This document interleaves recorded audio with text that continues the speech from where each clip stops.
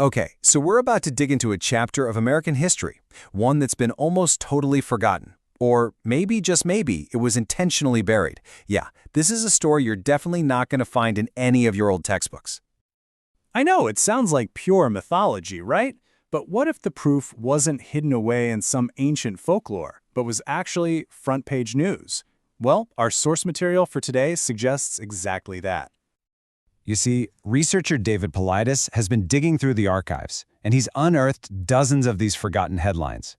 We're talking major newspapers all across the country, and they all seem to be telling the exact same, pretty startling story. And let's be clear, these weren't just a few isolated incidents. No. When you look at all these articles together, what you see is this stunning pattern of discoveries. It spans decades, and it crosses state lines all over the place. All right, let's look at an example. Take this headline from 1936. You've got workers building an airport off the coast of Georgia, and they just stumble upon this ancient burial site. The Salt Lake Tribune reported that archaeologists were, and I'm quoting here, mystified. Why? Because they were finding skeletons of men who were, on average, an incredible 7 feet tall.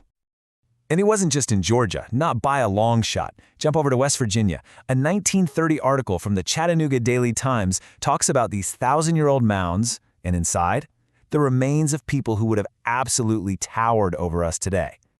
And then there's this report from Maryland in 1905 that has even more wild details.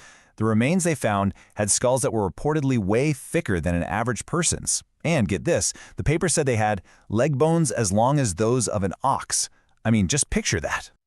So when you lay all these reports out like this, the pattern just jumps out at you, right? It's undeniable. Georgia, West Virginia, South Dakota, Montana. Stories of 7, 8, even 9-foot skeletons just keep popping up. But there's another pattern here, something even more curious that starts to emerge when you read these articles closely. See, there's this common thread that runs through so many of these newspaper reports, and it introduces a central, really perplexing mystery. What happened to all the evidence?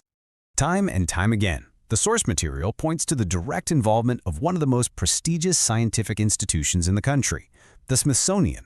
That's right, they were sponsoring digs, they were being sent data from discoveries, their own teams were often on site. This account from that Maryland discovery we mentioned, it's really telling. It says flat out that a Smithsonian team collected and removed a massive amount of material from the site. We're not talking about a few bones here. We're talking about 14 entire barrels of specimens.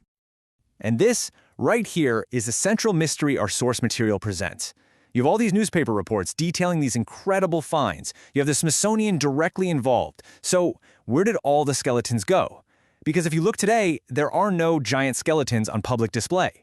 It's like they just vanished. But the story doesn't stop there. In the early 1900s, the source material actually tries to connect these old historical accounts to other, much more modern, unexplained phenomena. It suggests that whatever this story is, it's far from over. Okay, so check out how the source connects these dots. On one side, you have a 1906 Canadian report about trackers hunting semi-human giants. They never saw them, but they heard these gibbering sounds. Now, fast forward.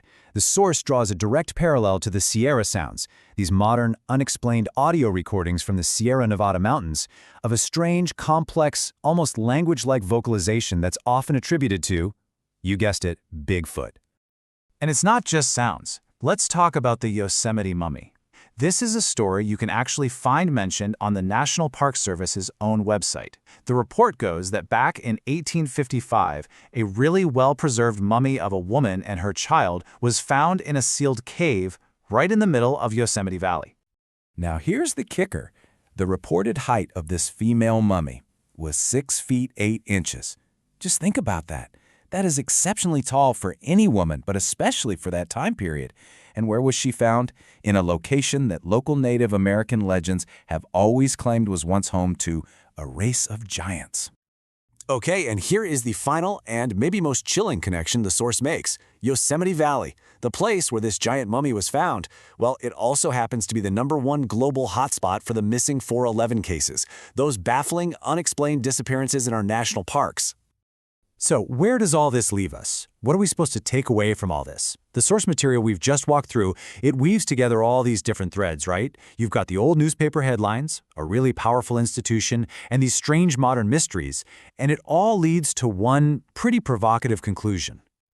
The big claim here is that all this evidence of a race of giants, it was systematically discovered, reported on, and then collected by institutions like the Smithsonian, only to be effectively erased from mainstream history. The narrative suggests this wasn't an accident.